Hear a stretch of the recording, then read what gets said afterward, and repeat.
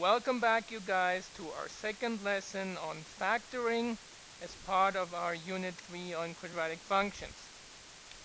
Today, our objective will be to factor polynomials by applying general patterns. We've done this before, right? Including the difference of perfect squares and the perfect square trinomials. You know these. And two new ones, the sum and the difference of cubes. So let's talk about our two new patterns. The sum of cubes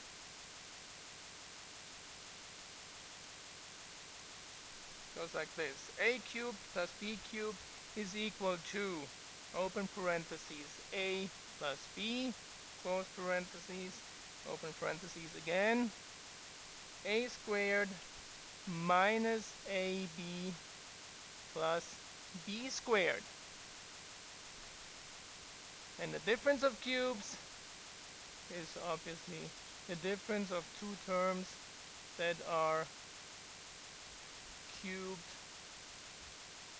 right? Duh, Mr. Pisa. A cubed minus B cubed is equal to A plus B times A squared, and I already botched that up.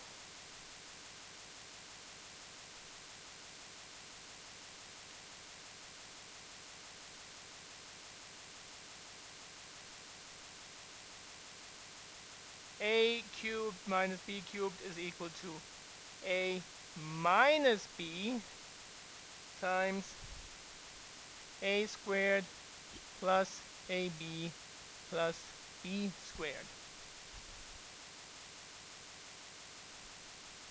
Let's go to our first example. If we look at x cubed plus 8, we realize, of course, that x cubed is a cube. And then if we look critically, we'll also recognize that 8 is nothing else than 2 cubed. And therefore, we can say that x in this expression is equivalent to A, relating it to the pattern above, and the B is being filled in by the number 2. If we know that, then we just take the x and the 2, knowing that, we just take the x and the 2 and we put them into the pattern above in the place of A and B. So that will give us x plus 2 times x squared, right? We're squaring A, so we're squaring x, minus AB, which is 2x, 2 times x, plus B squared, 2 squared is 4. And here we are, using that pattern of ours actually makes our work very easy. Let's move on to the next example. 125x cubed. Now the x cubed we already know, but what is the 125? That is actually nothing else than 5 to the power of 3, or 5 cubed. So the whole term is really 5x being cubed minus 27, which is 3 being cubed. And here we go. We can say now that A is equal to 5x and B is equal to 3. And then let's go ahead and plug that into the pattern that we have above here, because this is the difference of cubes. So be careful with your pluses and minuses.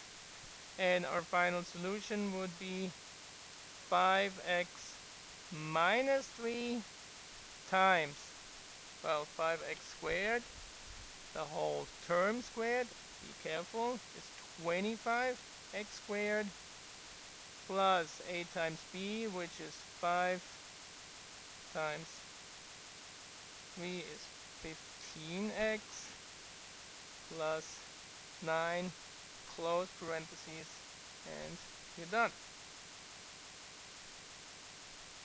Let's just try 2 more of those. 27x cubed minus 64. The 27 is 3 cubed, so it's really the whole term 3x cubed, minus 4 cubed. A is equivalent to 3x, and B is equivalent to 4.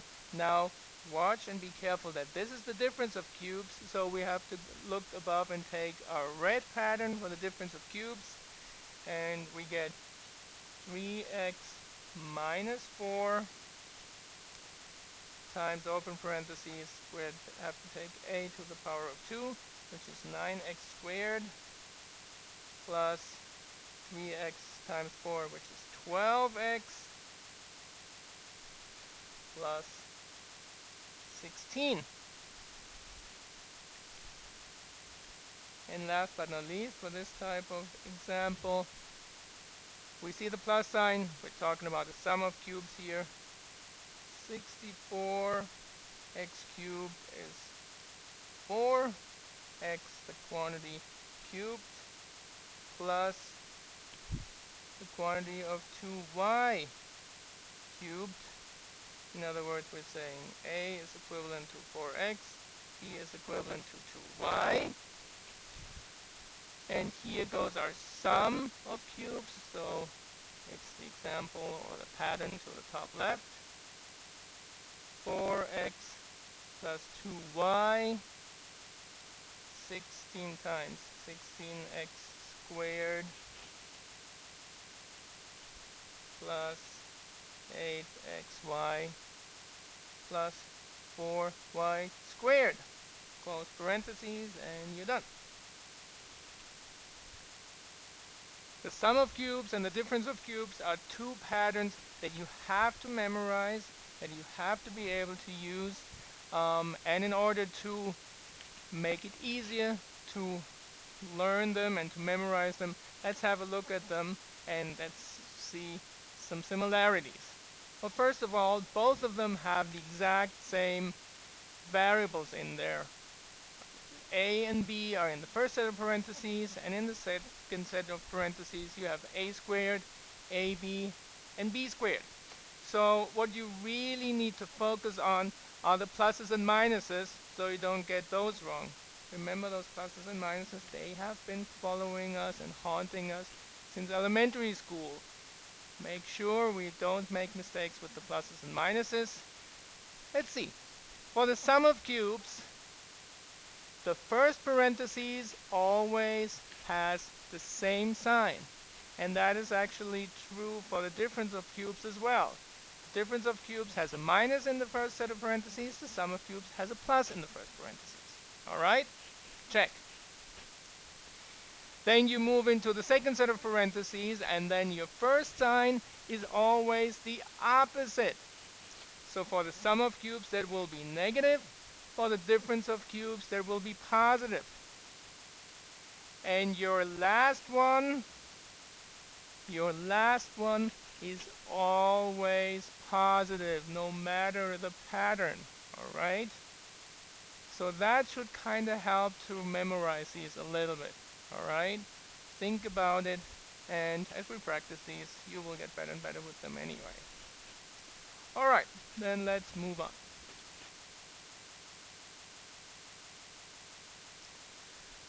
Looking at these polynomials and seeing that they have 4 terms, we will remember and we will use the technique of factoring by grouping, and that's what we use for any polynomial that has 4 terms.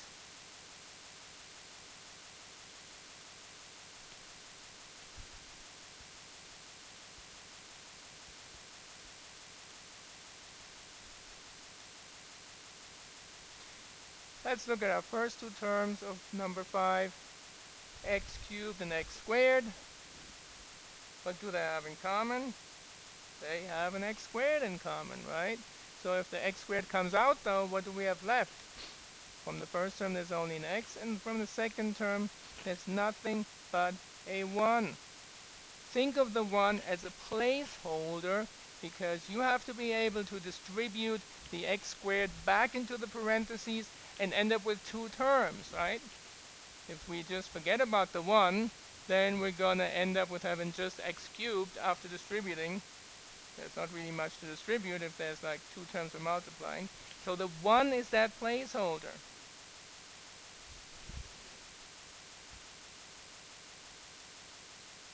Okay, let's look at the second part. We got x plus 1. What do they have in common? Actually nothing. And here you have the other interesting part when 1 is the only thing we can actually pull out. If two terms have nothing in common and we're in the process of factoring, we need to factor out the 1. Again, it's kind of like a placeholder. And guess what? Now it's actually outside of the parentheses. And this gives us our final answer, x plus 1 times x squared plus 1. Now we're looking at that x squared plus 1 and we're thinking, wait a minute, that looks similar to our difference of perfect squares, right? Well, it's actually not a difference, it's a sum. And unfortunately, there is no pattern to factor and break down a sum of perfect squares anymore. So we are actually done at this point. Let's move over to the next example. Y cubed and negative 7y squared. What do they have in common? They have y squared in common. Y minus 7 is what remains. 4y and negative 28 have positive 4 in common, and what remains is y minus 7. And our final answer, y minus 7 times y squared plus 4. And again, we're seeing a y squared and we see a 4. Both are perfect squares, but since they are a sum, we can't do anything else. Let's move on to number 7. 25x cubed minus 100x squared. Well, 25 goes into 100, so we got 25x squared times x minus 4. And now in the back we see that we have all the negative signs, or signs that are different from what we want. Well, if we have the negative x, we already at this point decide we're going to pull out negative 1. And that is going to turn our x positive, and it is going to turn our 4 negative. And now we see this is exactly what we wanted. We have the two parentheses being the same, and we got x minus 4 times 25x squared minus 1. And now we look at our second set of parentheses, and finally we have a difference of perfect squares. Here we have our difference of perfect squares, and that means that we can actually continue factoring. Joy!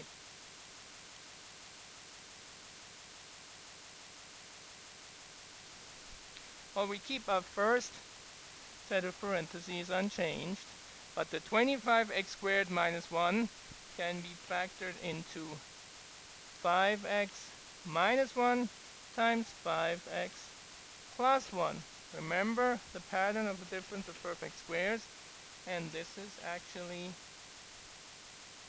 our final answer. Well done, you guys. One more of this type.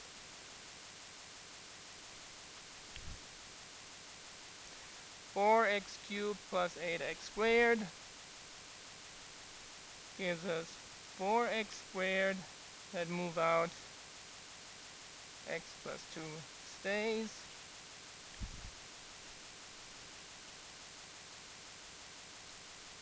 Negative 9x minus 18 will give us minus 9. Always take out the minus if we see that in the first term of our second group. And we are left with x plus 2. Remember, the sign changes again because we already pulled out the minus. And we have x plus 2 times 4x squared minus 9. hey, looking at that 4x squared minus 9, we see that we have another difference of perfect squares. Fantastic. And now we go ahead, factor that for our final answer. X plus 2 times 2x minus 3 times 2x plus 3. Circle around it. Final answer. Good job, you guys. Now move on to watch the second part of this video.